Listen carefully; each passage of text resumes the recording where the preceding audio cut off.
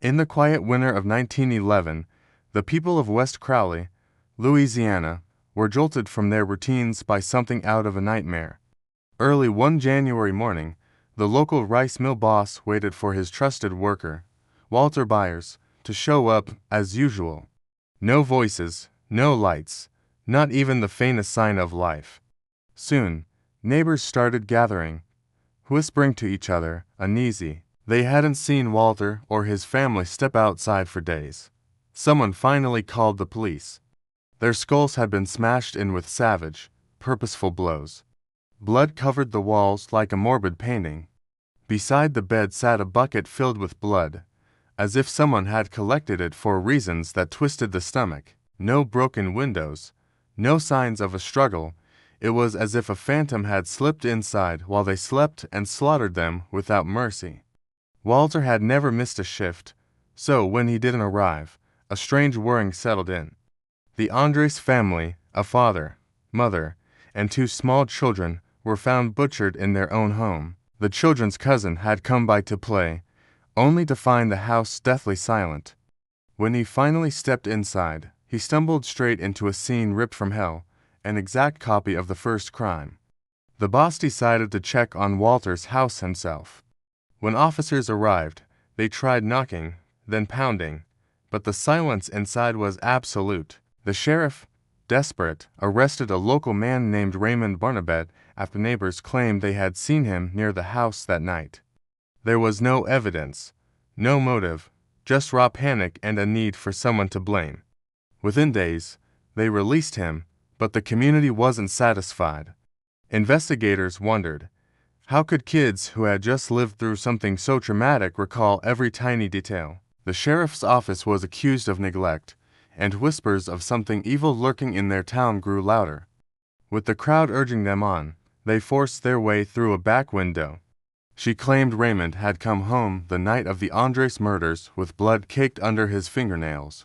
When he found no food in the house, he'd exploded in violence, beating her and threatening his children, Clementine and Zephyrin, with death if they dared speak.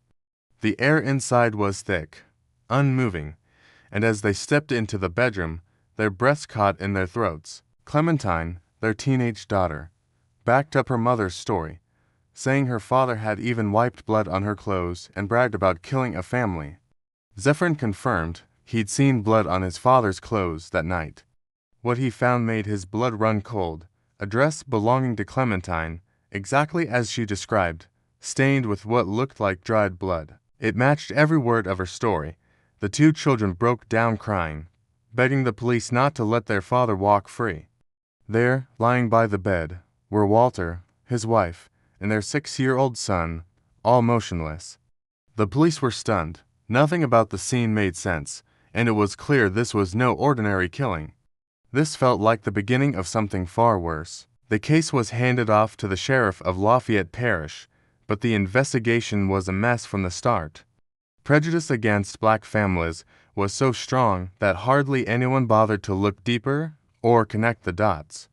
If they had, they might have discovered something terrifying, a nearly identical murder of another black family in Opelousas years earlier. Same brutality, same eerie details, same unanswered questions. But the killer wasn't about to give the authorities any breathing room.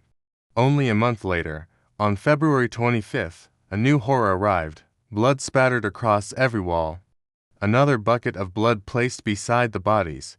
Same vicious axe wounds. This time, the public exploded with anger, demanding answers. Then, in a bizarre twist, Raymond was rearrested. It happened after his wife burst into the sheriff's office, bruised and terrified. Investigators listened, torn between doubt and desperation. Yet something in their statements felt rehearsed, almost to perfect.